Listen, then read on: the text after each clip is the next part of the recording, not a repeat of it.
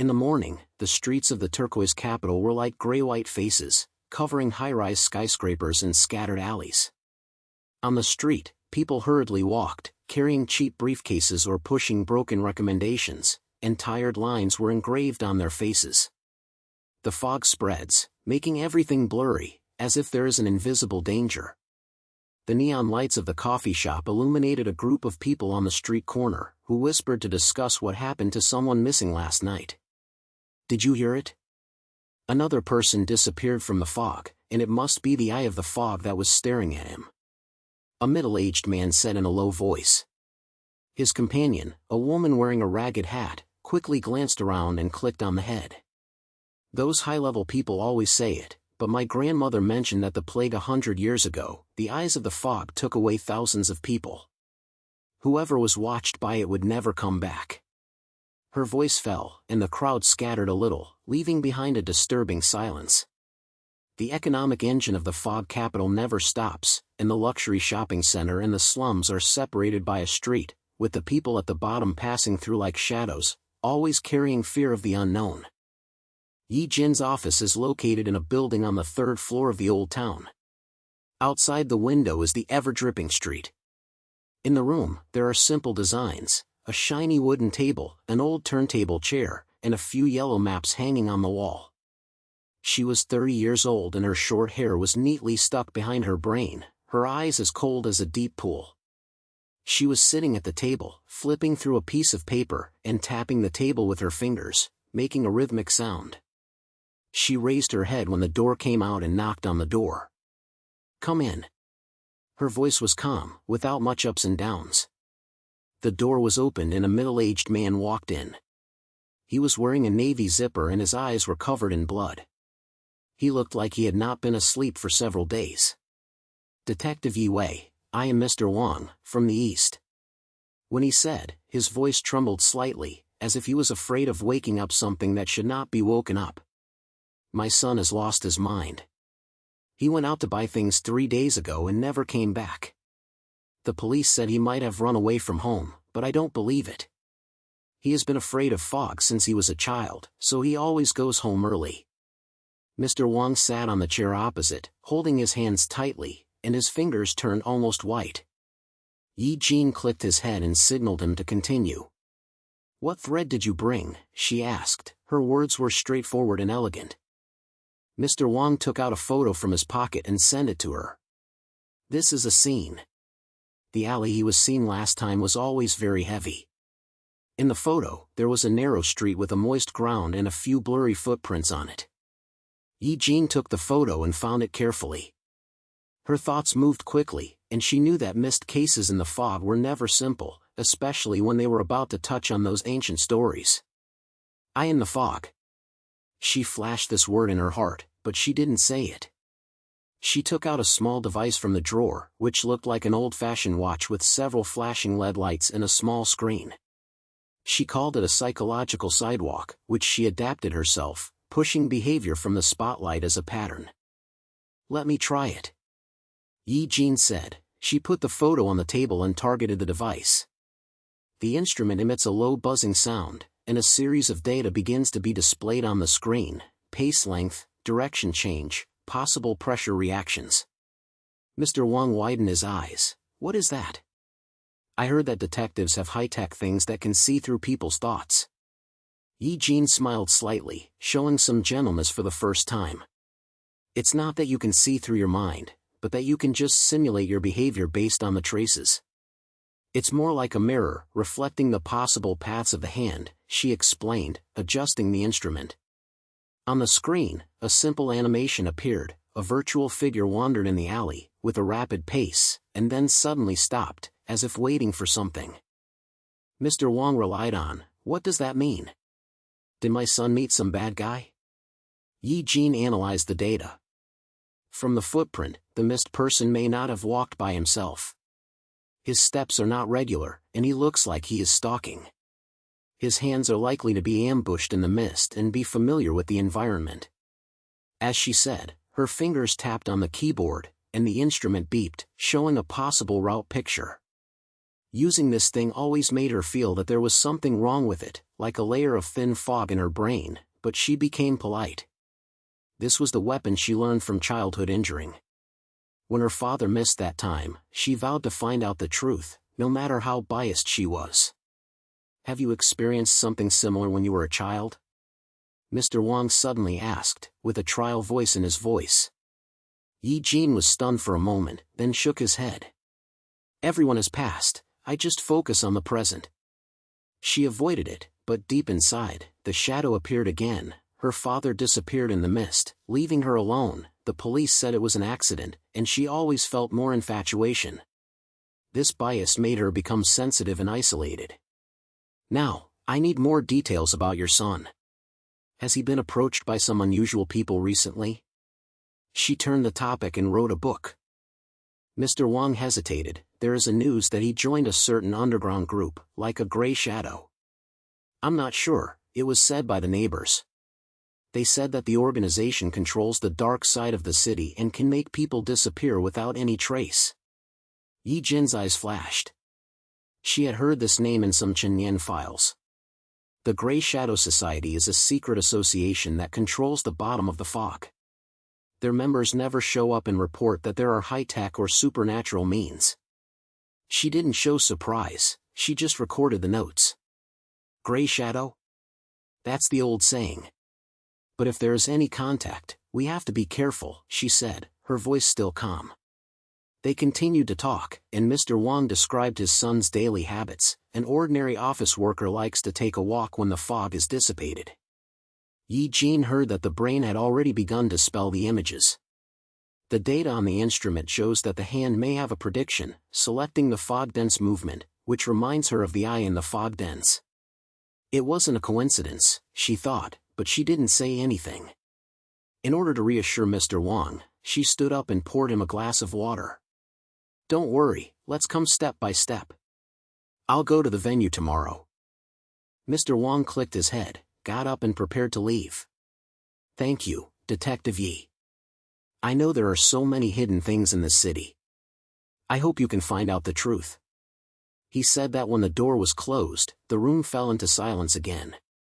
Yi Jin sat on the chair, staring at the psychological side of his writing. It lies quietly on the table, like a loyal partner, and also reminds her that excessive use will bring illusions. Last time she investigated, she saw her father's shadow flashing in the fog, but it was an illusion. But now, this case seems to be getting deeper. She decided to set out tomorrow morning, put on a utensil and stepped into the misty street again. The secret of the fog was emerging one by one, and her heartbeat was slightly faster and she didn't stop preparing for work. This night, she still has information to check, and tomorrow will be a long day. Yi Jin pushed open the wooden door of the office, and the morning of the fog was still wrapped in a layer of moist gray. She glanced at the watch, and just after 7 o'clock, the crowds on the street began to rush, like a river that never ended. She stuffed her mental side into her jacket pocket. The object looked like a flat metal box with a dense line engraved on the surface and several faint flashing indicator lights embedded on the edge. She took a deep breath, and the smoke dripped into her nose with the moist smell, reminding her of those nights of her childhood. The alley is located on the edge of the East District, where the buildings are low and broken, forming a vivid contrast with the skyscrapers in the city center. She walked along the main street, her feet steady, avoiding the water on the ground with each step. On the way, a group of workers pushed a hand-pushed car full of goods and wiped her. Their faces were covered with dust and were low and silent, as if they could get trouble if they took a look at them. Yi Jin accelerated his pace and turned into a narrow small piece. The fog here became more dense, spiraling in the air like a living thing, blurring the surrounding wheels.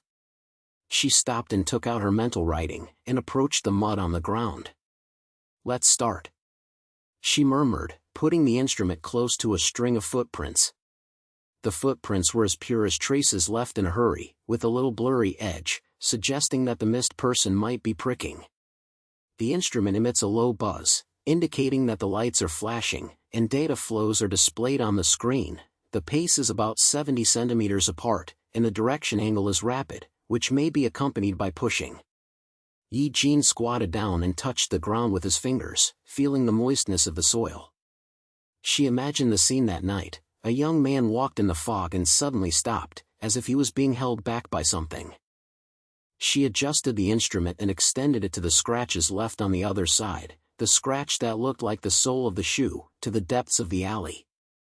"There is an ambush here," she said, and her voice resounding in the fog. "According to data, the missed person may be hit from the side, and the route diagram shows a roundabout escape path leading to a dead end." Eugene stood up and walked along the footprints, and the instrument shook slightly in her hands. She noticed that there was an iron door at the end of the alley, with a dark light coming from the door. She pushed the door. It didn't move, as if it was locked. Just as she was focusing on analysis, a voice came from behind. "What are you fucking there? This place is not safe." Eugene turned around and saw a middle-aged man standing in the mist. He was wearing a greasy hat, a cushioned jacket, and a small cart in his hand, full of fruits and goods. The man raised his eyes and looked at her, with a ring in his eyes. "I am a private detective," Eugene said bluntly, hiding his psychological writing back into his pocket. "In investigating last week's missed case. Are you a street girl here? Or maybe you see something?" The man didn't answer immediately. He pushed the car closer and stopped in front of her. "My name is Uncle Lee. I sell fruits to survive." His voice was ashamed, with a tone on the bottom of the street. "Missing a case? Humph, that kind of thing happens every day. The police came once and left. He said he ran away." "Who believed it?" Eugene pointed at him and signaled him to continue. She noticed that there was a string of gadgets strung with zippers on Uncle Lee's recommendation, which looked like cheap amulets with blurred symbols engraved on them. "What are those?" she asked, trying to get closer. Uncle Lee glanced at the recommended car and his mouth twitched slightly. "Oh, those? They are for human defense. If the eyes in the fog are on, they will never see them again. My ancestors said that something has existed since the plague 100 years ago, and we will pick those lonely people." When he said, his eyes were slapped around, as if he was confirming that no one had heard it secretly. Eugene felt that there was a fear of layered patches hidden in his words, which was the commonality of the people at the bottom. She decided to try it out. "Do you believe those words? Or are you just selling things that are safe for others?" When a man smiled, his laughter was short and stiff. "So what if you believe it or not? Those people at high levels always say it's a saying, but you haven't seen what I've seen. Last year, a young man disappeared from this alley. Once the fog is filled, he will lose his shadow. Some people say it's gray shadows that will fuck them. They control the dark side of the city and can make people disperse like smoke." Uncle Lee's words made Eugene alert. She remembered the organization mentioned by Mr. Wong, and said that the members used high-tech or some supernatural means to operate. "Do you have a certificate? Maybe it's targeting something," she asked, keeping her language steady, making the voice curious and bringing the conversation closer. Uncle Lee hesitated, and his hands tightened his car. "Certificate? Ha, where did I get it? It's just a sound. Those guys from the shadows never show their faces. They said that the group could control the fog and make it a trap. I heard a strange sound that night, like something was scratching the ground, and then calmed down. The next day, the man didn't see it." He paused and looked into Eugene's eyes. "Why do you have to care about this? The detective is afraid of death, right? Are you staring at by the eyes of the fog?" Eugene felt a pressure, and she did not avoid his gaze, but instead asked, "Fear? Everyone has something to be afraid of. But it is really important than fear. Is the gray shadow you said related to those missed cases? Have you ever thought about the police?" Uncle Lee shook his head and recommended the car to move forward. "Selection? Those policemen are high-level lackeys. They don't care about our bottom life or death. Gray shadow will control everything. Maybe they are watching us talk in the fog." His words made the atmosphere tighter, and Eugene noticed that the fog seemed to be getting more intense, and the shadows around him began to distort. She touched the psychological side of her pocket, and it buzzed lightly again, reminding her that the data was still running.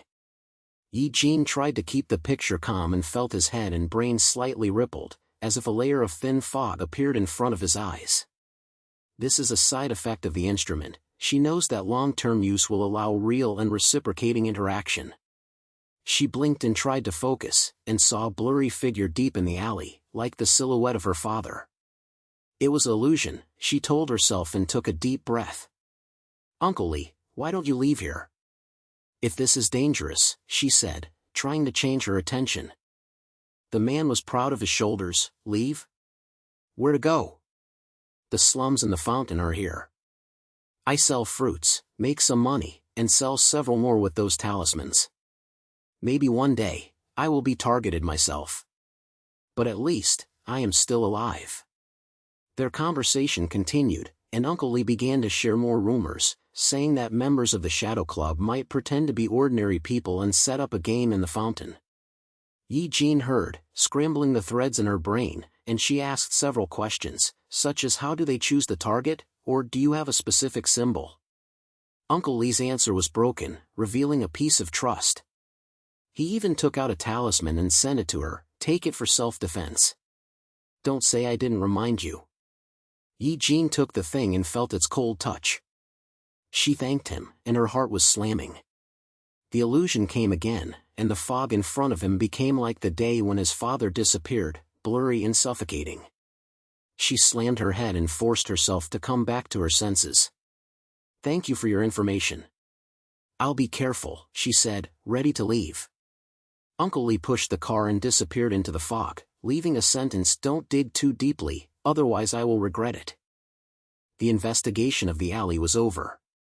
Eugene turned back along the original path, and his psychological side showed that his hand might have escaped from the iron gate, which was connected to the underground road of the city. She put the instrument back into her pocket, and her brain was still buzzing.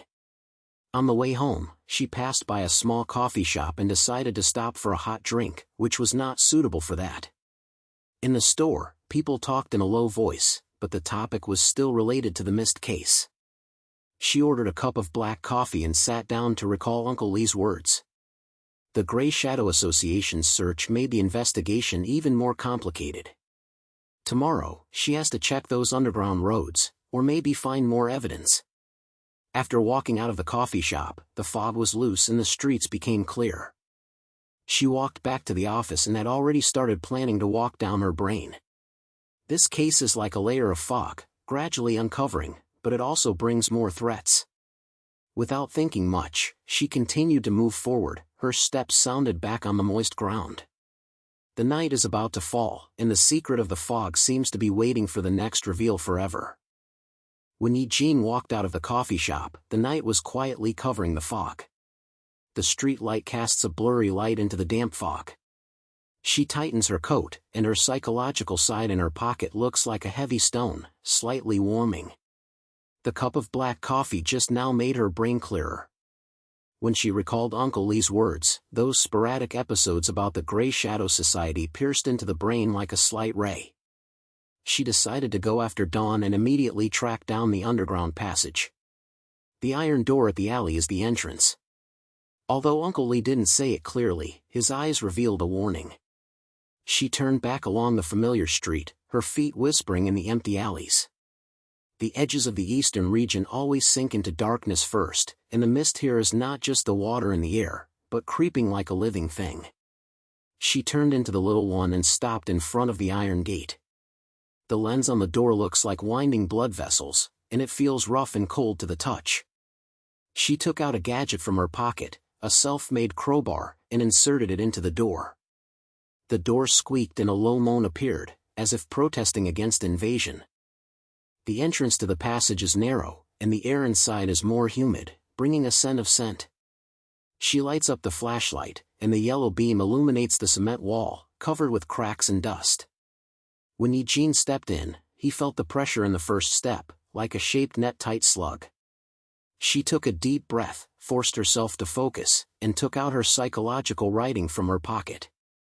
The device looks like a worn metal plate, with several flashing red lights on the edge, and now it starts to vibrate slightly, showing the data flow. "Okay, start working," she said softly, catching the marks on the ground. The instrument buzzes, and several lines of numbers and graphics pop up on the screen, showing possible movement paths. According to Uncle Lee's description, this underground passage connects the dark side of the city. She imagined that the lost young man had walked here, walking in a hurry, leaving a clean scratch. She walked along the wall, and the flashlight swept across a patchy surface. Suddenly, the beam caught some marks, eccentric symbols, like twisted eyes and mismatched lines, engraved on the cement. She stopped and looked carefully. Those symbols are not like the casual bulbs, each of which is precise and profound, as if engraved with sharp tools. Yi Jin recalled Uncle Lee's words, "The guys from the Gray Shadow Society, they control the dark side." She touched the symbol lightly with her fingers, feeling the concave and convex patterns, like a living thing moving. "What is this?" she murmured, tying the instrument to the symbol. Data streaming is accelerated, and the screen shows pattern matching. These lines are similar to the eye in the fog symbol in the vermicelli, which may be a marker for the shadow. Her heart sank, the fog seemed to be more dense, and the air around her began to become sticky. Continuing forward, she turned over a staircase, the passage became lower, and several broken wires were hanging from the ceiling, like dead vines. She heard a drip of water far away, and the rhythm was unstable, like a heartbeat. Yi Jin accelerated his pace, and the weapon vibrated even more violently in her hands. "Keep calm," she told herself, feeling an invisible monitoring, as if someone was staring at her in the dark. She glanced back and the flashlight beam only shone out the empty wall, but the feeling could not be removed. Maybe it was Uncle Lee's warning, she thought, and she couldn't help but speed up her breathing. In front, a wider space appeared, with some gravel and old papers scattered on the ground. She stopped and tried to figure out the symbols. The instrument beeps with a sound, showing a simple analysis. The symbol sequence suggests a monitoring mechanism, which may be related to a missed event. Yi Jin browed and Uncle Lee's face appeared in the sea of brains. "They are watching us talking in the fog." She slammed her head and tried to turn the sound away. She found that the fog was pouring from the depth of the channel, like a group of living creatures, quickly swallowing no beam of light. The smoke came over her face, carrying the moist chill. She coughed for a few times, and put on the instrument and wanted to scan it. Suddenly, the device issued a harsh warning and the red light flashed rapidly. Yi Jin felt dizzy in her head. This was a side effect, she knew. Using this for a long time will make the vision of invasion realization, and she bit her teeth and tried to keep her calm. "No, it's not possible now," she murmured, and had already seen the father's wheel, which was slim from the fog. He was wearing that old coat, his face with the familiar tiredness that year, and he stood in the passage as far as he could. "Jin Yi, why are you still chasing?" Phantom said. His voice was familiar, as if he was crawling out from the depths of his memory. Yi Jin took a step back, and the flashlight beam swayed, illuminating his father's face. "You know clearly that this will destroy you." Phantom approached, his pace slowed down, and a strange light flashed in his eyes. Her heart beat faster, remembering that on the night of her childhood, her father disappeared in the fog, leaving her alone with no doubts about it. "Dad, this is not true," she said loudly. The sound was rumbling in the channel, and it sounded weak. At the same time, the real threat is approaching. She heard the sound of her footsteps, which came from behind, light and rapid, as if someone was at the end. Yi Jin turned around, and the flashlight swept over the darkness. He only saw a vague shadow, which quickly hid into the mist. "Who is there?" she shouted, the instrument vibrating violently in her hand, and the data was in a mess. The vision and reality intercourse. She saw her father's face and the shadow intertwined, as if the members of the Gray Shadow were manipulating everything with supernatural means. She held a crowbar tightly, facing the wall with her back, breathing rapidly. "Show your face, don't hide in the fog." Her words were holding a gaze, but they also had fear. The sound of his footsteps stopped, and the smoke became more dense, almost covering the visual line. Yi Jin felt a pressure, as if she was being watched by invisible eyes. She remembered the urban saying that the eye in the fog can see the soul and make people disappear forever. At this moment, she was forced to face the cracks in her heart. The inflict of childhood spread like a poisonous drug. Is it worth it for her to enforce the truth? The side effects of the instrument made the phantom dramatically, and the father's image said, "Stop, or you will be like me." She slammed her head and forced herself to move, groping along the wall. Suddenly, a scratch sounded from the side of her body. She swung the crowbar and hit something. The sound of the metal hitting sounded, and she felt resistance, as if she had hit someone or something. The shadow faded away, the sound of the footsteps went far away, and the mist began to scatter. Yi Jin gasped and leaned against the wall, and the instrument finally calmed down. She groped and closed it, stuffing the device back into her pocket. Her head was still buzzing, and she knew she could not stay any longer. She slowly retreated back to the entrance, paying attention to the symbols along the way, and spelling out the lines in the sea of brain. The gray shadows seemed to be deeper, and those marks are not just marks, but part of the trap. She walked out of the iron gate and the streets of the turquoise capital returned to the familiar form. There were few passers-by and the lights were dim.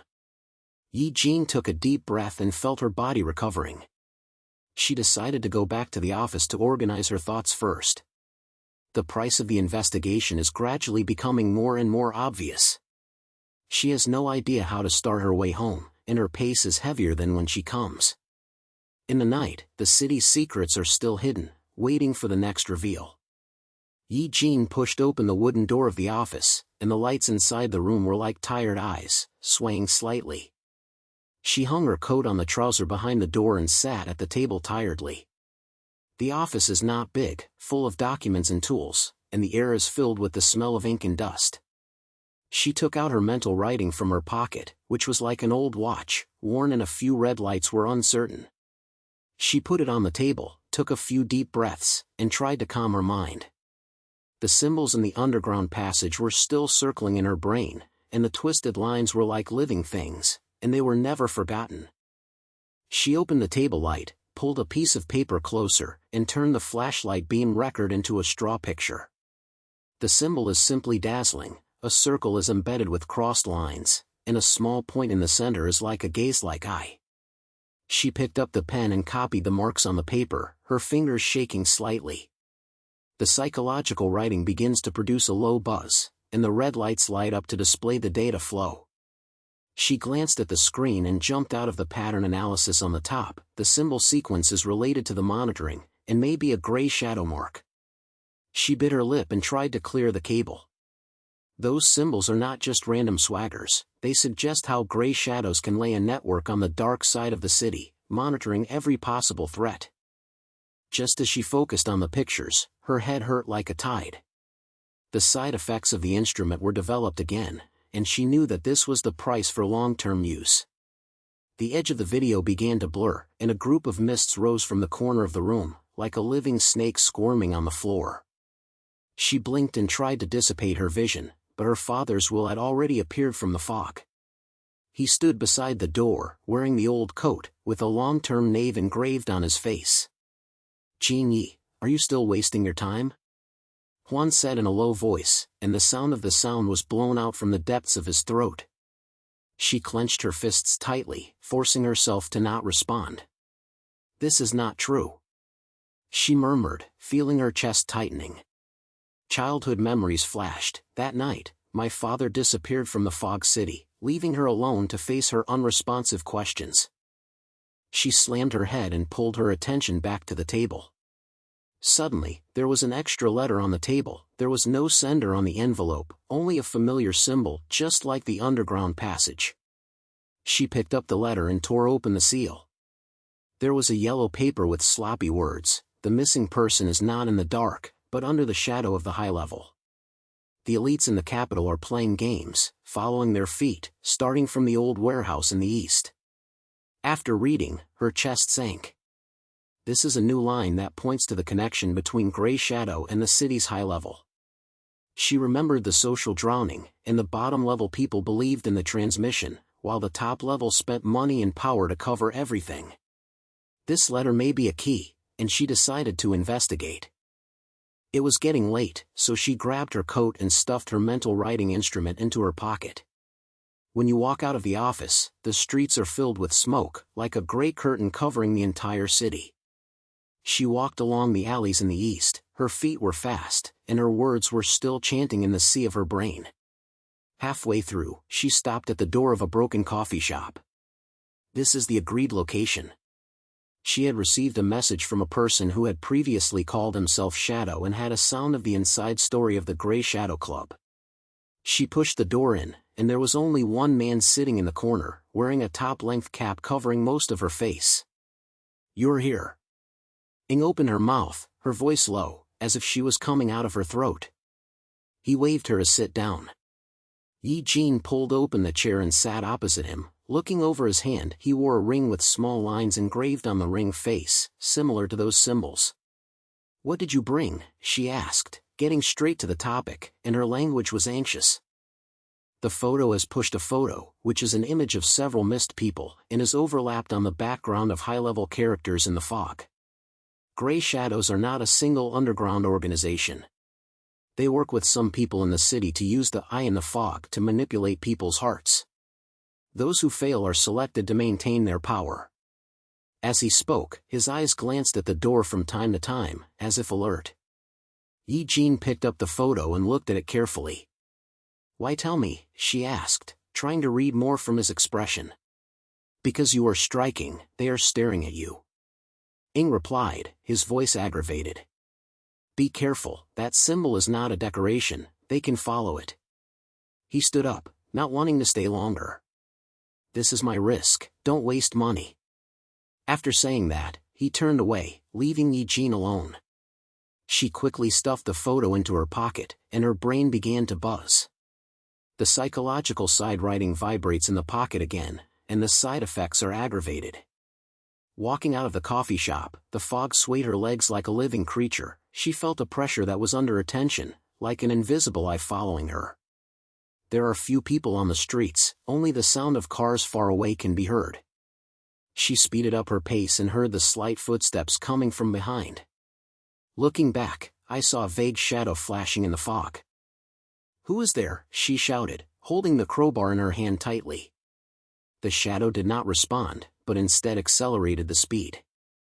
She started running, and the fog seemed to become denser, like a web trial picture to catch her. The inner conflict surged like a tide, and the pressure of childhood injuring and investigation was intertwined. "Dad, why do you always appear?" she whispered, and the illusion came again, and her father's face appeared in the mist. "Stop, or you will destroy yourself," the vision said. She pulled her head and tried to concentrate. There was a fork in front of her. She turned into a narrow alley without noting the trap on the ground. As her feet slipped down, she fell into a hidden pit, and the cement floor cracked, like a mouth waiting to swallow. She gasped in pain as she fell heavily on her body, and her psychological writing fell out of her pocket, giving out a harsh warning. The pit was deep, surrounded by gray shadow symbols, and those lines flashed in the dark. She slammed up and found that the exit was sealed by a fog, and a figure was exploring from the top. "You're so curious," the man said, his voice cold, like metal friction. Yi Jin's heart beats like a drum. She grabbed the instrument and approached the man. "What are you afraid of?" she asked, trying to delay time. The dialogue kept her awake, despite the constant invasion of the hallucinations. "The truth will make your game collapse." The man laughed, his voice rumbling in the pit. "The truth? That will make you disappear." He lifted something, and a beam of light swept over, and the fog rushed into the pit like a living thing. She felt a chill and a burst of heart. "I can't stop," she thought, unable to help but doubt her scrupulousness. The childhood injury was like a knife, cutting her determination, and the pressure of investigation made her breathless. The gray shadows seemed to be deeper, not only manipulating the misleading, but also using supernatural means to manipulate people's hearts. She took a deep breath and forced herself to move. The crowbar hit the wall of the pit and tried to crawl out. Outside the pit, the fog was scattered, and she finally climbed up and the streets became calm. The man had disappeared, leaving her breathing alone. She lifted her mental side and turned it off, feeling exhausted her physical strength. The road back to the office was still long, and she moved forward step by step, responding to the shadowy words and the lines on the letter in her brain. The organization's trance was gradually surfaced, and she knew the next step would be even more dangerous, but she did not stop. In the night, the secrets of the city continued to hide, waiting for her to uncover. Yi Jin pushed open the wooden door of the office, and the iron chain on the door made a familiar squeak, as if complaining about this sleepless night. She rubbed her shoulders, which were still hurting, and the night before, the blow made her feel sore and she didn't have time to stop. She walked into the room, locked the door, and hung her coat on the broken hanger with her hands. In the room, the lights were still so dim, and the documents on the table were piled up in hills, and the air was filled with the musty smell of paper and the coldness of metal. She sat in the chair, took a deep breath, and tried to make her heart beat faster. The psychological writer on the table was lying quietly, like a forgotten stone head, with fine grooves engraved on the surface and scratches on the edges. She knew she should rest, and couldn't help but reach out to pick it up. As soon as the instrument started, the low buzzing bird immediately rose up, and the red lights seemed to be warning her not to continue. Her head hurt like a tide. She bit her teeth and tried to ignore the blurring of the edges of the video. The mist crawled out from the corner of the room and surrounded the furniture, like a group of gray shadows that could breathe. She blinked. Her father's silhouette appeared from the fog, wearing the old trowel, her shoulders slightly raised. "Jin Yi, you are repelling yourself again." The father's voice came from the illusion, and the sand was familiar, like an echo dug out from the depths of his memory. She was stunned, holding the instrument tightly with her fingers, and didn't want to respond, so she found that she had opened her mouth. "I'm not breaking, I'm chasing the answer," she said, her breath holding her guard and her eyes staring at the phantom. The father's image moved and walked to the table, and the shadows were cast on the file, blurring the symbols. "Answers? Those answers will only make you lose, just like I did back then," he said, stretching out his hand as if he was about to touch her shoulder, but just air. Yi Jin shook his head and felt his chest tightening. The scene of childhood, on that foggy night, my father disappeared into the mist of the street, leaving only her alone, holding a cold watch. She stood up, tried to walk, and heard the vision continued. "You are too obsessed, Jin. I gave up my family for the sake of the truth and came to the head. There was only one empty space left." She took a deep breath and forced herself to respond. "Then why didn't you tell me the truth? Why did I face it myself?" The conversation was in the room. She knew that it was not true and couldn't help but argue. The fantasy father laughed, his voice carrying a bitter taste. "Because the truth is poisonous, it will swallow everything about you. Looking at you now, your eyes are filled with red and your hands are shaking. Do you still think you can control it?"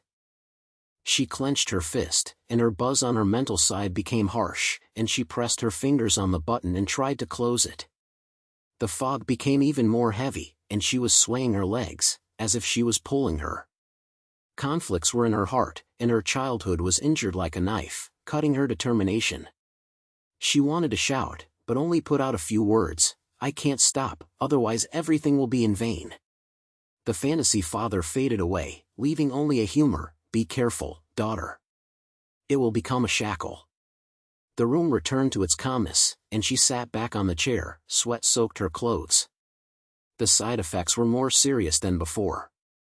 She rubbed her sun acupoint, realizing that her pursuit was becoming weaker, and she also felt a stronger determination growing in her heart. Just as she tried to organize her thoughts, a phone call broke the silence. The phone vibrated on the table, like an impatient snail. She picked up the listening tube and the sound of Shaya's head was spreading. "Detective Yi, are you? Don't hang on, I'm a friend." She browsed and held the tube tightly. "Who? Why do you have my number?" The other party paused. "I can't say my name, but you need to hear me. The gray shadow will stare at you." Their touching hands stretched out. "She had to be farther than you thought." She straightened up, her heartbeat accelerated. "Why are you looking for me?" Are you a lineman? She laughed in a low voice. You can think so. I'm waiting for you at the scrap factory, the old iron factory in the east. Bring your tools and don't let anyone follow me. The phone shut down, leaving only a busy voice. She stared at the tube, and the night before was still swept in her brain. Is this a trap? Or is it an opportunity? She grabbed her coat, stuffed her psychological writing into her pocket, and decided to take a chance. On the street, the fog was like a layer of gray covering everything, and she advanced along the narrow alley in the east. As her feet sounded back on the empty road, she kept checking, sure no one was left. The waste factory arrived soon, a rock-scattered building with the iron door half open and a metal creaking sound was emitted from it. She pushed the door in, and the air was filled with the smell of oil and dust. The interior of the factory was dim, and a row of glass-shaped machines lined up like silent guards. She walked in and shouted in a low voice, "Are you there? Who called me?" A man walked out of the shadow, wearing a low-pressure hat. His face was frosted like a spider net, and he held a stick in his hand. "I am," he said, sounding like sandpaper rubbing. "Just call me a traitor. I was a member of the Gray Shadow Club." Yi Jin stopped and looked over his scar. The scar that looked like a knife. "Why are you defecting? The risk is so great." He smiled, revealing his mouth with a missing tooth, "Because I saw their tricks clearly. They used the eye in the fog to control the bottom-level people. The misleading person did not disappear at random, but selected to maintain their power." She approached a little and leaned against the machine. "What do you mean? Isn't that 100 years ago?" The traitor slammed, "On the surface. They used high-tech to make symbols supernatural, engraved symbols at key points, making people think that they are souls to be obsessed. In fact, it was their monitoring system, tracking every threat. Those who missed were taken to a secret place and turned into their code." Yi Jin took out his mental side from his pocket and wrote the instrument. The light on the instrument reflected on the machine. "Why tell me? Are you not afraid that they will come to you?" He glanced at the door and listened to the silence outside in a warning, "Because you are close to the truth. They are afraid that you will open the hooks between them and the upper layer like me. The high-level mattresses in the fog capital use money to buy the Shade Shadow Club to cover up the wealthy. The gap is a slim. Those who missed are mostly bottom-level people, dare to speak out against each other." She pointed to the head and tried to digest the information. "What should I do? Are there any evidence?" The traitor took out a CD from his pocket with a small symbol engraved on it. "This is their record. Take it, but be careful. Their tracker is gone." The voice just fell, and the sound of the steps came outside the door, and the low murmur came in the mist. Yi Jin turned his head and felt the smoke pouring into the factory like a living thing. "They are here." The traitor cursed and stuffed the CD to her. "Go away quickly, from the back." She grabbed the CD, wrote the instrument on her mind and started to report it, and the headache came again. The fantasy father reappeared and said in a fog, "Stop, Jean, this will destroy you." She slammed her head and forced herself to concentrate. "No, I have to continue." Followers came in, 3 men wearing masks holding electric sticks in their hands. "Where are you?" one person shouted, and the sound was rumbling in the factory. Yi Jin hid behind the machine, and the traitor slapped in front of her. "Go." He snatched her, then rushed towards the follower, and the iron stick came out, and the sound of the raid burst out. She took the opportunity to run back. Her feet were fast, and she felt a fog swelling her ankle. She turned around and saw the traitor being subdued. One of them raised the stick. "Don't move." She took a deep breath, threw out a stone to guide them to pay attention, and then rushed out of the back door. The laneway outside was narrower and was as foggy as a net. She ran, experiencing illusions and reality in her brain. The father's voice was silent. "Your impulse is a weakness, but it is also a strength." She shut up and got up and continued to run. The follower followed a few steps and was finally blocked by the smoke. She stopped at a corner, gasping, and stuffed the disc into her pocket. The conflict in her heart has not resolved, which has made her more sober.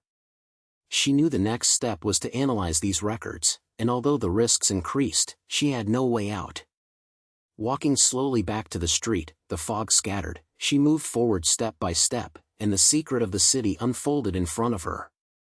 In the night, she felt a new force and was ready to face deeper darkness.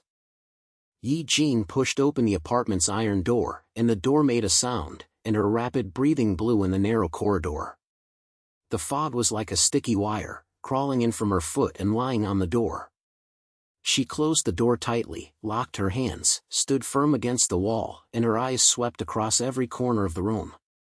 The window was half pulled, and the glimmer of the street lights penetrated through the gap, illuminating the desktop filled with documents on the table. Her hands were still holding the disk tightly, with twisted symbols engraved on the surface, like ancient spells, flashing with cold light. She stuffed it into her jacket pocket, checked whether the window was tight, and then walked to the door, her ears stuck on the wooden board to hear the silence outside.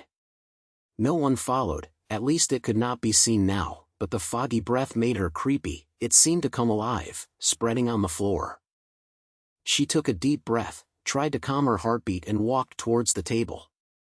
The psychological writing maker is there, like a worn stone slab, and the scratches around it reflect the light. She sat down, pulled the pull out, took out the small projector next to the utensil, and inserted the disc into the slot on the side. When the instrument is activated, a low buzzer appears, and the red lights are flashing, as if they are moving. She pressed the switch, a blurred data stream popped up on the screen, and the symbol began to decode. The screen shows a map of a city, marking several hidden locations, with a record of the gray shadow next to each. They use high-tech to disguise the words, she murmured, her fingers sliding on the screen. The mist people don't disappear at random, but are selected by the system. As data analysis was performed, the heat of the instrument was transmitted through her palm, and she felt the pain in her head began to develop again, like a shaped wave. The smoke became even more intense, and she swept towards her from the corner of the room, lying around the chair. She bit her teeth tightly and continued to operate. The gray shadow's monitors are all over the city, she said, as if she was proof of herself. They used the symbols that made the public think that it was the Eye of the Mist. In fact, it was a high-tech tracker, implanted in key points, monitoring every potential threat. A photo of a mist person was flashed on the screen, mostly bottom-level people, factory workers, or street protesters. The notes next to them show that they were taken to a secret point and turned into codes to threaten others to be good. Yi Jin's fingertips stopped on a file, which recorded how Huiying would cooperate with the upper level, exchange money and power, and conceal the terrible truth about the gap between the rich and the rich. Suddenly, the illusion came again. The fog condensed into a blurred figure, and the father's will was seen from it, wearing the old trunk, his shoulders slightly raised. He stood by the table, his shadow cast on the screen, blurring the symbols. "Jin Yi, are you still chasing her?" His voice, with familiar warmth, piercing into her heart like a skull. "I must chase," she responded, staring at the phantom. Her hands couldn't leave the instrument. "This time I got the certificate, and the gray shadow could not continue." The father's image moved for a moment and walked to her, as if he was about to reach out to touch her shoulders. "Certificates? They just locked the chains and pulled you down. Remember? I ruined my home and you for the sake of the truth." Yi Jin felt her chest tighten. She opened the instrument and turned around toward the illusion. "Then why don't you stay? Why did I just face the shadow of the mist?" Her voice trembled, but she forced herself to look at the face directly. The image of the father smiled, and the pain was filled with pain. "Because the truth has its price. I thought I could control it, but it controlled me. Seeing that you are now, your hands are shaking and your eyes are covered with blood. Do you think this is power? No, this is a shackle." She stood up, walked to the window, opened the curtain, and watched the smoke from the outside flocking on the street. "I can't stop," she said, calming a little. "The mist people, their families are still waiting for the answer. If I don't chase, who will?" The fantasy father moved with her, and his shadow swayed on the windowsill. "It's about making you stronger, but it will also make you collapse. Think about the night of my childhood. I disappeared in the fog, you held my watch and cried until dawn. At that time, you learned to not let go, but now, it has become your weakness. Yi Jin clenched his fists tightly, and the scene of that year appeared in the sea of brain, the streets of the fog. The back of my father was swallowed by the white fog, leaving her alone, blown by the cold wind. She turned to the hallucination. Maybe you said it right, I was too obsessed. But if it weren't for it, I would be nothing. Gray Shadow would use fear to manipulate everyone, I can't let them succeed.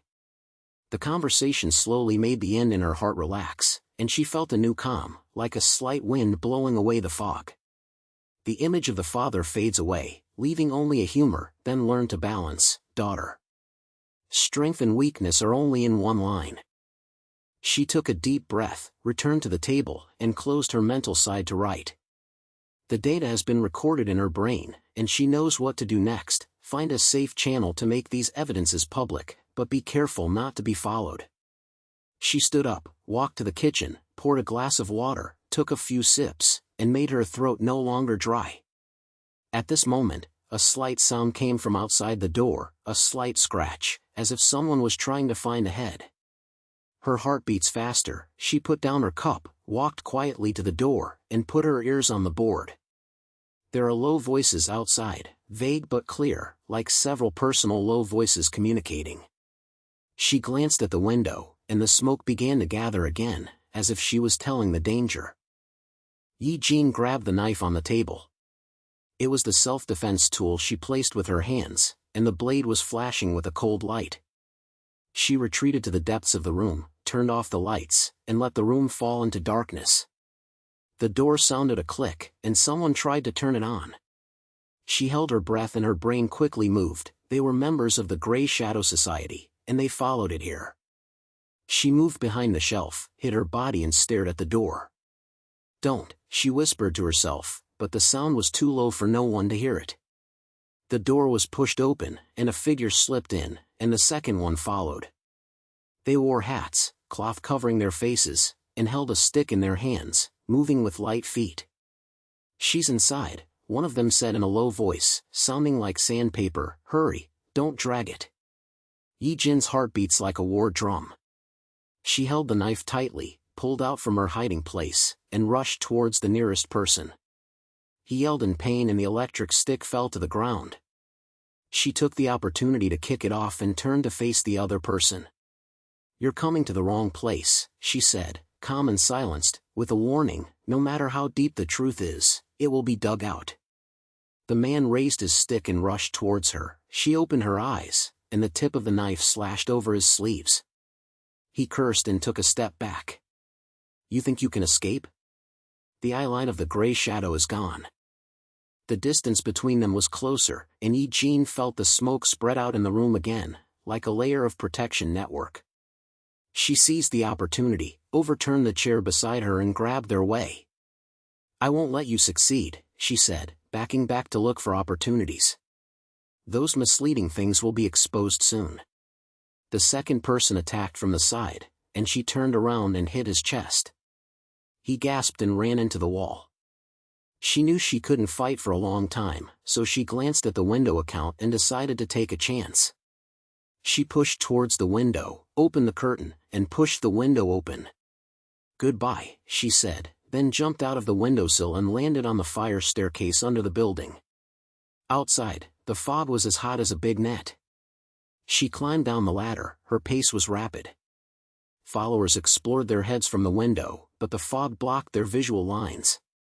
She ran to the alleyway, turned into a fork, and hid into the darkness.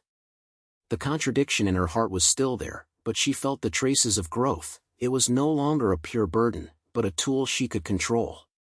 She walked into the night, and the secrets of the city gradually became clear before her, knowing that the next crisis was coming, but she was ready to face it.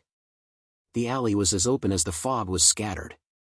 She moved forward step by step, holding the CD in her hand.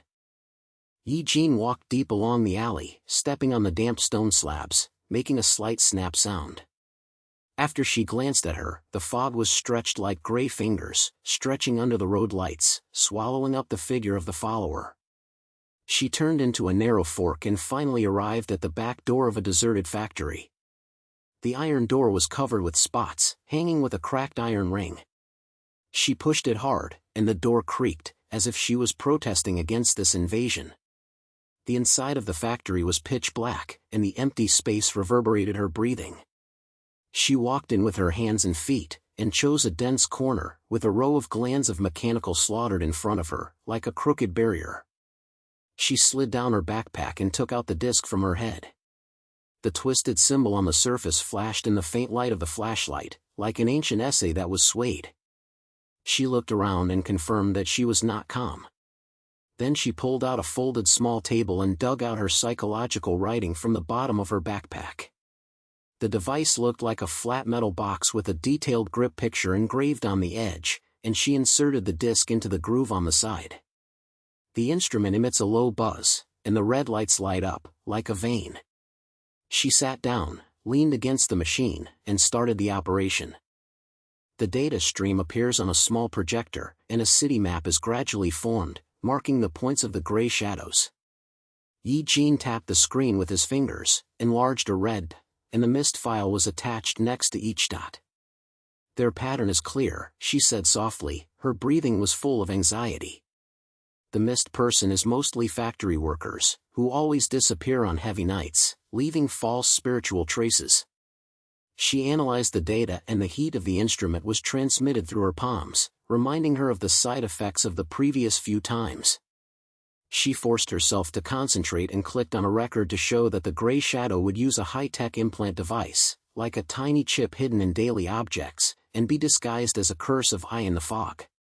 Once implanted, the person will be controlled remotely, becoming an eyeline or a victim of the organization. Just as she was deeply trapped in data, a sound of footsteps came from the depths of the factory.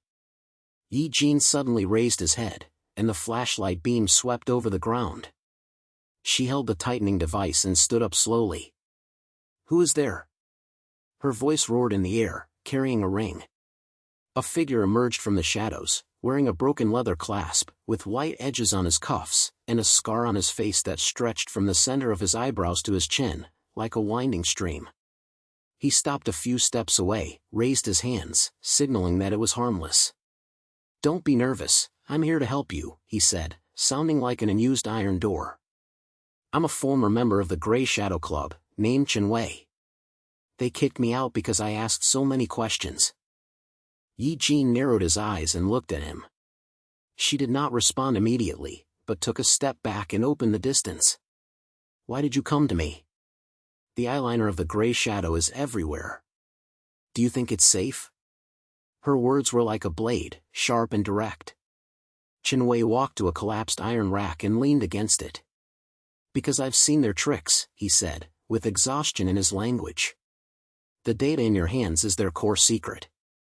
They use high-tech devices to disguise Chengdu, saying that the bottom-level people are afraid and dare not resist. The top-level rights make money, so the gray shadows will maintain order and cover up the gap between the rich and wealth. Those who missed are not swallowed by the eyes of the fog, but are implanted into chips and become living monitors." She heard, sat back down and slid her fingers over the instrument. "Where are the certificates?" "What are you?" Eugene asked, trying to keep the picture calm, but a sensation surged in his heart. She remembered the night of her childhood. Her father disappeared in the fog, and she held her watch and was now rushing in her chest again. Chenwei took out a yellow photo from Jock's pocket and sent it to her. The photo shows an underground laboratory filled with light devices, like miniature spiders. "This was taken a few years ago," he said. "They tested the things in the abandoned basement, implanted into the public, and then spread the word that made people think it was a plague 100 years ago. In fact, it was to control the opposition. The two people were in a relationship, and the air was full of tightness." Eugene took the photo and stuffed it into his backpack. "Then why didn't you stand out early?" she asked, her voice becoming sharp. "How could Gray Shadow let you go?" Chenwei smiled bitterly and sat opposite her. "Because I have family," he said, glancing at the factory's shadow. "They threaten me.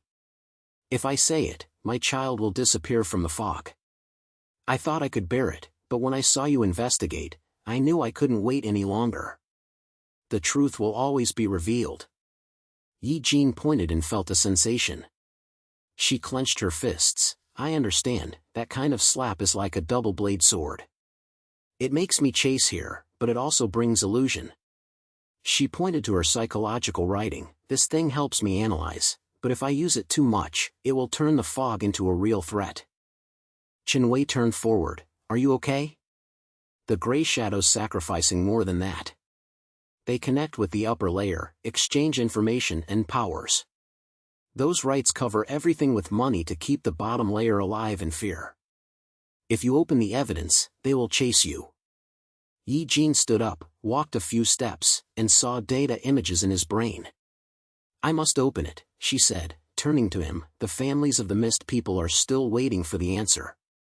If I stop, I will become obscene prisoners like them. Chinwei shook his head, but there are two sides to the truth. It can liberate and destroy you. Think about your childhood injustice. It can make you sensitive and even dangerous.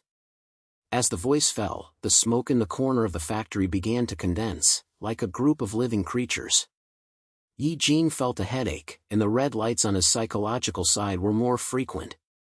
A blurred figure appeared from the fog, silhouetted like her father, wearing old trunks and raised his shoulders. Jin Yi, stop chasing you, Phantom said, his voice rumbling in the air. The truth will not swallow you. She stepped back and grabbed Chinwei's arm. That's a phantom, she murmured, the side effects of the instrument. Chinwei pulled her back. Hold on, they want to break you. She took a deep breath, forcing herself to stare at the phantom. No, I won't let it control me, she said, loudly speaking to the air. The truth is my weapon, not a shackle. The fog phantom faded away, but the crisis had not yet subsided. Chinwei stood up. We have to leave, they may have tracked it down here. Yi Jin clicked, turned off the device, and stuffed the disk and photos into his backpack. Okay, let's find a safe place to discuss the next step. She walked to the back door first, followed by Chinwei, and the two of them understood tacitly. She felt more at ease in her heart, and was no longer a pure burden, but a tool she could control. They entered the night. The shadow of the factory extended behind them, and the secrets of the city were waiting for the next reveal in the fog. Outside the alleyway, the street lights illuminate the road ahead. She knew that the decision was approaching, but she still had time to prepare. Yi Jin opened the wooden door of the old apartment, and the paint on the door had been turned into a layer of ashes, revealing the stained wood pattern underneath. She and Chinwei walked in with their hands, and the indoor air was filled with a damp musty smell, like the secret of long-term fatigue. The window was covered with thick cloth, leaving only a thin piece of fine rays that penetrated the street lights, dividing the room into the intersection of shadows and lights. Chinwei closed the door, leaned against the wall, and gasped. It should be safe here, he said, his voice low. This place was found when I was hiding. There was a deserted store under the floor, and no one would pay attention to it. Yi Jin clicked his head and placed his backpack on a broken wooden table. The legs of the table were tilted, as if they were about to collapse at any time, but she still pulled up a chair and sat down. Taking out the yellow photo and psychological writing from the bag, she placed the instrument on the table, which looked like an old watch, surrounded by fine metal wheels and a dim red light on the surface. She took a deep breath and tried to calm her mind. We're here to see these things, she said, speaking smoothly, but her fingers trembled slightly. The devices in the photos look like gray shadows. You're right, they shouldn't be 100 years ago. Chinwei walked over, leaned against the table, and looked at the photo with his eyes wide open.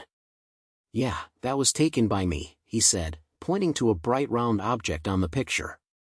This thing is like a grain of rice, hidden in a crocodile or a ring. They implant it into the human body and then manipulate it through wireless signals. The people on the bottom thought it was the eye in the mist, and it turned out to be a trap of technology. I remember the day I escaped. They chased me and forced me to put on a trick that was worn as a talisman. When I put it on, my brain it was always a strange sound, like someone was whispering in his ears. He paused for a moment, his eyes darkened. I tried to resist, but my neighborhood, an old friend, suddenly changed. He was an ordinary worker, but he started to monitor my house. That night, I took the photo secretly and ran away with my family. But they threatened that if I said it, my child would disappear from the fog. I could only hide. Yi Jean heard a scene of childhood flashing in the sea of brain. It was a misty night, and her father pushed the door open, carrying an old leather bag on his shoulder, saying that he wanted to investigate a strange misunderstanding. Since then, he has never come back. She slammed her head, pulled her thoughts back to reality, and reached out to operate her psychological writing. I understand that feeling, she said, with a slight sound of sand. That's how my father missed it. Every time I use this instrument, I see his shadow. The instrument emits a slight buzz, projecting a map of the city, with red spots scattered across the residential area. Look here, the points that show gray shadows are close to the factory. They use these devices to make the missing person become their eye lines, and they were Chengdu City saying that there is no need to worry about resisting the upper layer. Chinwei lowered his waist and stared at the projection. Your weapon is really not simple, he said, curious, but what's going on with the illusion you just said? Last time at the factory, I saw you step back, as if you saw a ghost. Yi Jean bit his lip, trying to ignore the shadows that gradually appeared in his brain. She adjusted the switch of the instrument and the red light lit up like a double-eyed eye. This thing has side effects, she admits, knocking her fingers on the table. After using it for a long time, it will make the fog come true. I just felt that a group of fogs condensed in the corner of the room, with a blurry figure in it, like my father. He always said, Jean, don't chase after you again, the truth will destroy you. She stopped, took a deep breath, and tried to suppress the urge. But I can't stop. The families of those who missed are still waiting for the answer, so is my father. Chinwei straightened up, walked to the window, opened a corner of the cloth, and looked out at the street. You're too obsessed, he said, turning over, just like I was in the first year of junior high school. Gray shadows are not a simple organization. They have a connection with the upper-level authority. Those big figures pay for money, so gray shadows will use technology to maintain order. The gap between the rich and wealth is so big that the people at the bottom can only believe in the sayings and dare not make a decision. They are afraid of the eyes in the mist, but they are only afraid of the obscene chips. He walked back to the table, pulled up another chair and sat down. I remember the day I escaped, I heard their communication records. It was a group of people talking with passwords, mentioning a boss, as if they were the city's people. They said they wanted to use a new batch of devices to control the protests in the factory. I didn't record it at that time, but if you have data, maybe you could dig out something. Yi Jean clicked the head and focused on the instrument. She slides and projects the screen, enlarges a red point, and a few lines of text pop up in the file next to her. Wait, there's something here, she said, pointing to a hidden record. This is a data from the disk, an encrypted communication log. It looks like a conversation between a gray shadow and a top-level character. They mentioned the found plan and said to expand the scope of the implanted device to avoid indulgences. There is a genre at the end of the communication, the movie Lord, which may point to the mayor's office. She browsed and felt pain in her head, and the heat of the instrument was transmitted through her palms, like a burning air. Don't die, this illusion is coming again. She murmured, rubbing her pussy. Chinwei looked up close and touched her with his shoulders. Hold on, he said, his voice with a close voice. Let's analyze it together. If this genre is involved in the upper layer, the certificate will be more complete. But you have to be careful that if you use the instrument too much, there will be problems. As you said, that kind of snail is a double-blade sword. It allows you to see the truth clearly, but it also makes you unable to tell the truth. Yi Jean raised his head and met him. I know, she said, forcing herself to laugh, but I was willing to face the vision and not give up. That night of my childhood, my father walked into the fog and I vowed to find out. Now, we have this message to pull out the guy behind the gray shadow. She turned off the projector and put the instrument back into her backpack. We have to copy this record and find someone reliable to publish it. But we have to avoid their tracking first. Chinwei got up, walked to the corner of the kitchen, took out a bottle of old water, and took out 2 broken ceramic cups from the cabinet. "Come on, drink some water, and get some rest," he said, pouring the water to her. "We can't be anxious." The eyeline of the shadow may have been nearby, and I heard them monitor the network with the device. "You've shared your childhood, and I've told you the full version of my story. That year I joined the Grey Shadow Club for money, but I found their trap. After escaping, I disguised myself as a wandering hanger and hid in these old buildings. Every time I fought, I thought they were going to catch me." Yi Jin took the cup, took a sip, and felt his throat relaxed a little. "Thank you," she said. "Your experience makes me understand that they not only use fear to control people, but also use money and power to mount the upper layer. This communication may be a breakthrough, but we need more evidence." The two continued to discuss, and Yi Jin repeatedly checked the photos and data. Chen Wei suggested that he go to an old friend for help, who was a former reporter and specializes in investigating urban legends. Time passes through the conversation, the smoke outside the room dissipates, and the light pouring into the street lights becomes stable. Yi Jin felt a little calm in her heart. The urge was no longer as fluffy as a flood, but turned into a stable force. "We'll move tomorrow," she said, standing up. "Take a break first. The truth won't run away, but we have to stay awake." Chen Wei pointed and leaned back into the chair. "Good idea. Remember, we're not alone. There are so many people in this city waiting to uncover the secret." The night deepened, and the air of the old apartment was filled with unspeakable words. Yi Jin closed his eyes and tried to ignore the illusion left by himself. The next step was planned in his brain. Their dialogue not only exchanged reports, but also created a temporary trust and prepared to face the storm that was about to come.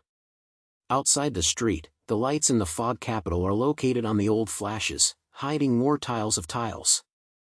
Yi Jin opened the door of the old apartment, and the night had receded a little, and the morning fog covered the street like a layer of moist cloth.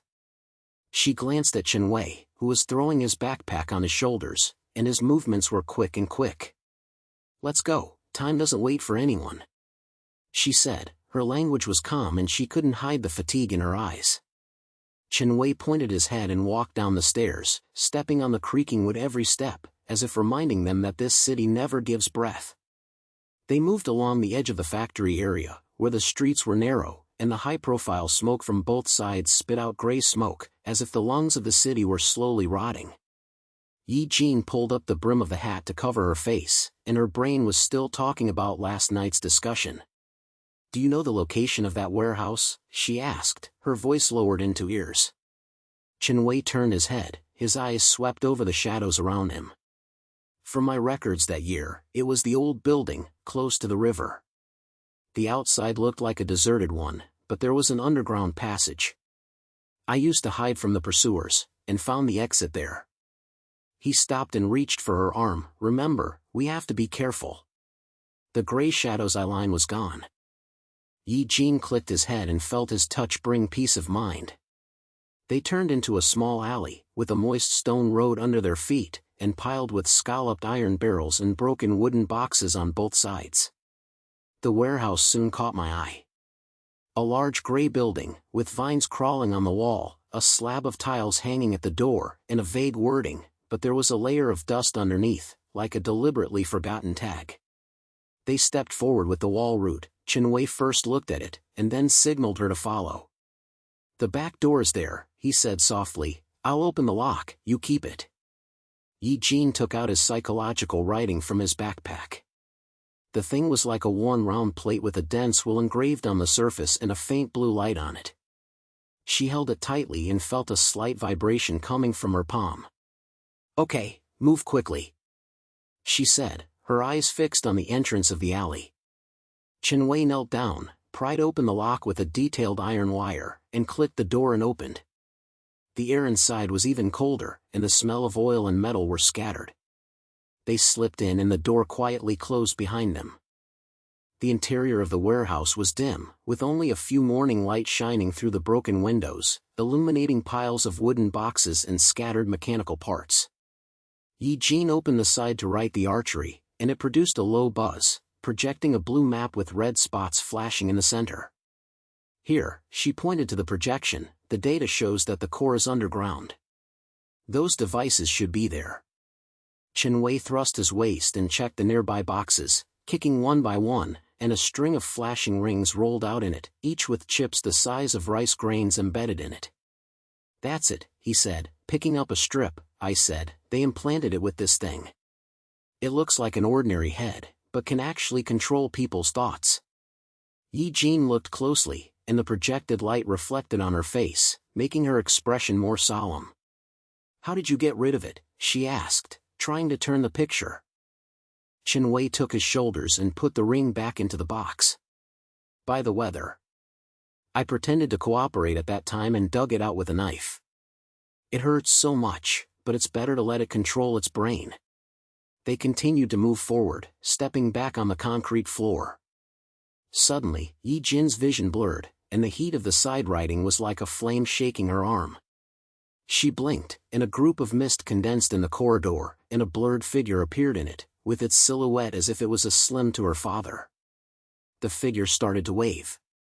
Jin Yi, stop, she felt a low voice, and the sound rang in her ears, the truth will only destroy you. She gasped and held the tightening instrument. No, she murmured, forcing herself to move forward, it's just illusion. Chinwei observed her strangeness and grabbed her shoulder. You see it again? That dead weapon. He said, his language carrying a grudge. I thought you could control it. Yi Jin slammed his head and took a few deep breaths. I must.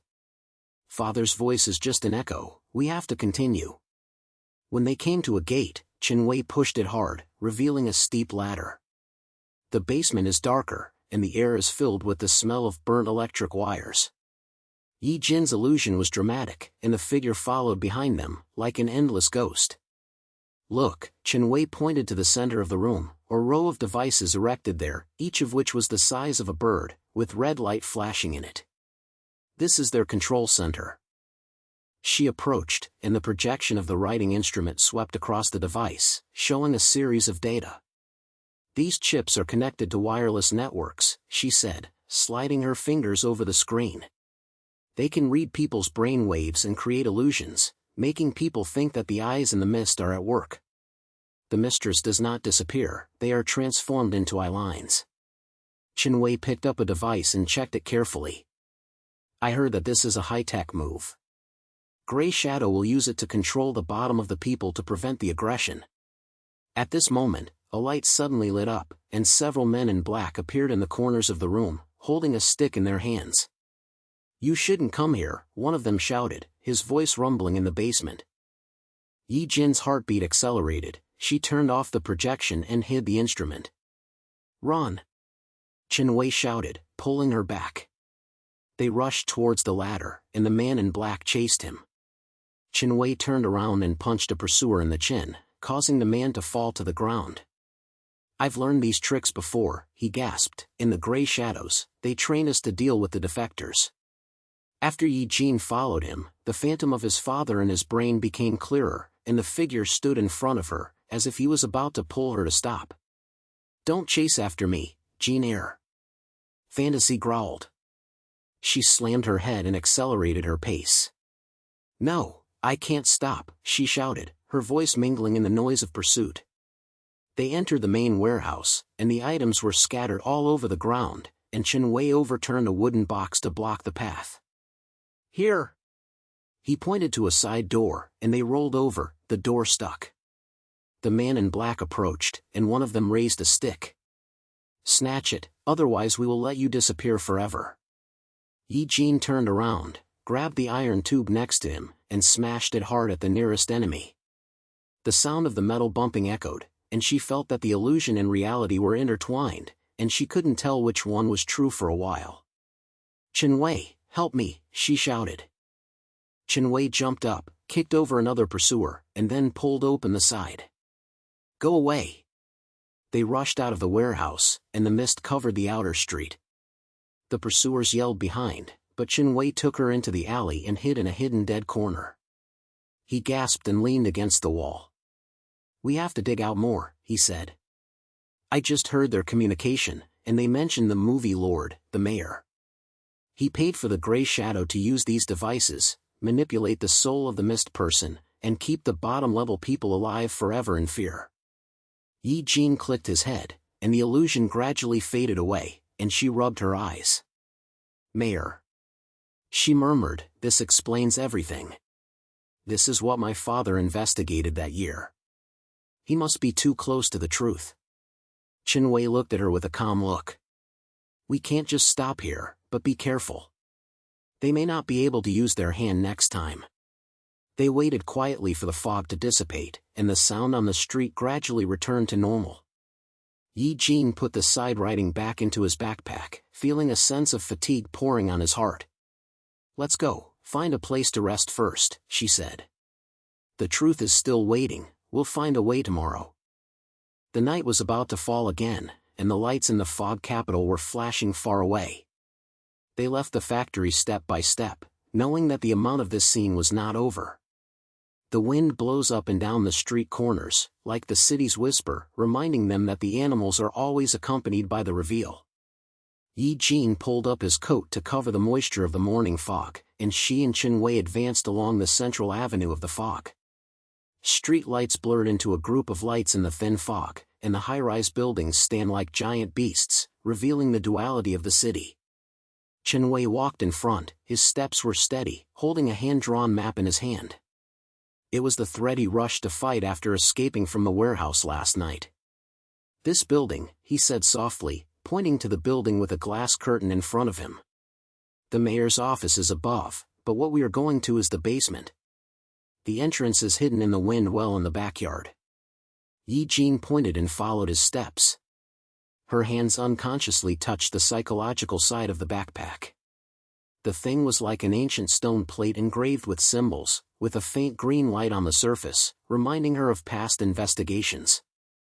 They walked past the main door of the main building, avoided the morning pedestrians, and slipped into a narrow back alley. The alley is filled with garbage cans and scrap wires, and the smell of decay is scattered in the air. Chinwei lowered his waist and checked a wire door. The lock on the door had a lens. I'll open it, he said, pulling out a handful of self-made locking tools and removing them from his backpack. Remember last time in the warehouse, you saved us by guarding the door. This time, I'm responsible for opening the road, you pay attention to the surroundings. Yi Jin glanced at the entrance of the alley, and the smoke made everything look blurry. She felt a familiar restlessness rising in her chest. Okay, she responded, her calm speech bringing a warning, but if there is any silence, we have to withdraw immediately. The door opened with a sound, and they slid into it. There was a dark corridor with flashing and rapid lights on both sides of the corridor, and a thin layer of dust was covered with dust on the floor. Yi Jin opened his psychological writing instrument, and it emitted a slight buzz, projecting a virtual light, scanning the surrounding wall. The basement is below, she said, pointing to the blue mark on the projection. The data shows an unusual source of energy, like an electromagnetic field. Chinwei glanced at the projection, his eyebrows frowned. Are you okay? That last time's illusion. He paused, reached out and patted her on the shoulder. If you are too tough, we can stop first. Yi Jin shook his head, forcing himself to ignore the trepidation in his brain. I'm fine, keep going. We have to arrive before they react. They went down the stairs, which were narrow and steep, and each step made a metal creak. The air in the basement is colder, smearing the burnt smell of metal and electric wires. Yi Jin's vision began to blur, and a group of mists emerged from the corners of the wall, condensing into a figure. The figure was blurred and familiar, and its silhouette looked like a father in her childhood memory. He stood at the stairs and raised his hand, as if signaling her to stop. Jin Yi, stop chasing me, she felt a low voice, and her voice resonated like an echo. The truth will only make you clear. She gasped, her fingers tightly grasped the side and felt it shaking slightly in her palm. This is an illusion, she murmured, and stopped involuntarily. Chinwei saw the strangeness and turned around and grabbed her arm. It's it again? He asked, his eyes filled with grief. It's like this every time. Do you need me to help you turn it off? Yi Jin took a few deep breaths, shaking his head. No, I have to face it. Father's image, it always appears like this, making me think back that night. She said, her voice trembling slightly, but her eyes gradually became calm. In that childhood accident, he disappeared to investigate the gray shadow. I can't escape anymore. This phantom reminds me something. Chinwei pointed at the head and pulled her forward. Then let it be your power, not your shackle. Remember, let's go together. When they came to the door in the basement, the door was made of heavy metal with strange symbols engraved on the surface, like an ancient figure. Chinwei pushed the door hard, and the scene inside made them stunned. A row of high-tech devices are located in the center, each of which is as big as a bird, with red light flashing inside, and wires and screens surround it. A series of brainwave images are displayed on the screen, and there are projected virtual figures next to them. The figures are distorted and blurred, as if screaming without sound.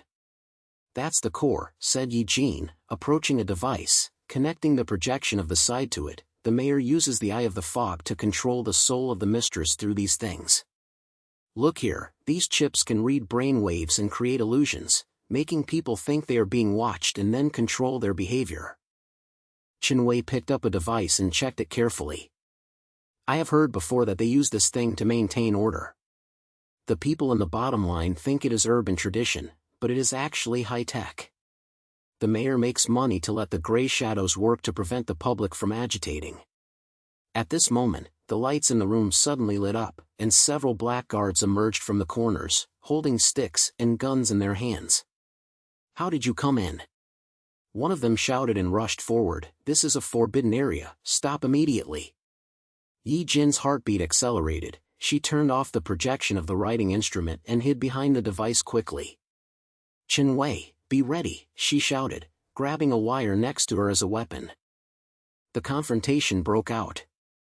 Chinwei rushed towards the nearest guard and punched him in the abdomen, causing the man to fall to the ground.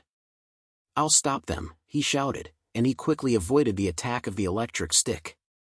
You find a chance to destroy the system.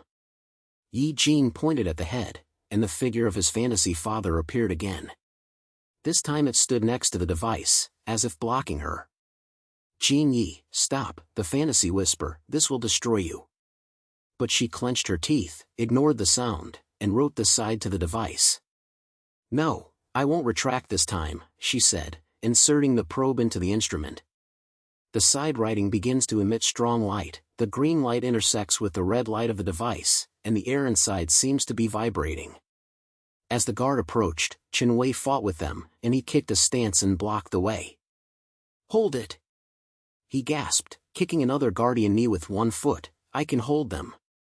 Yi Jin focused on the instrument, feeling the illusion gradually changed. The image of the father was no longer an obstacle, but turned into a force that made her recall her childhood determination. Father, you are sacrificed for the truth, I will not let it be paid for free. She murmured, executing the redesigning device program. Suddenly, an explosion-like flash exploded, the device began to collapse, and the figures on the screen disappeared one by one, and the red light became dark. In the chaos, the guards retreated, and Chinwei seized the opportunity and pulled Yi Jin to the exit. Let's go, he said, as they ran up the ladder, and behind them the sound of the device crashing. The basement of the fog capital began to make a big alarm, but the fog on the outside had begun to dissipate. When they rolled out of the building, on the street, crowds began to gather, and the people at the bottom heard the explosion and rushed over. Someone shouted, "It's the Gray Shadows harsh. They've cheated us." The news spread like wildfire, people exchanged messages, and the awake atmosphere dissipated in the air. Yi Jin stood on the street, panting and watching everything in front of him. Chinwei leaned against her and wiped the sweat from the large amount. We did it, he said, his voice suffocating. The core of the Gray Shadows manipulation was broken, and the mayor's secret was exposed. She pointed, looking at the smoke far away. It was fading, revealing the clear street.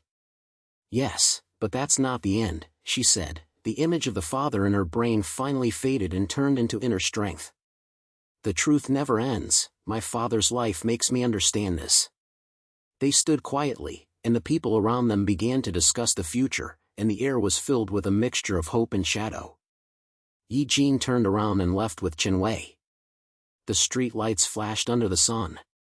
She knew that the secrets of the city would continue, but she was ready to face the next challenge. The night's wind blows lightly, bringing the change of the years through these foggy sections of evacuation streets.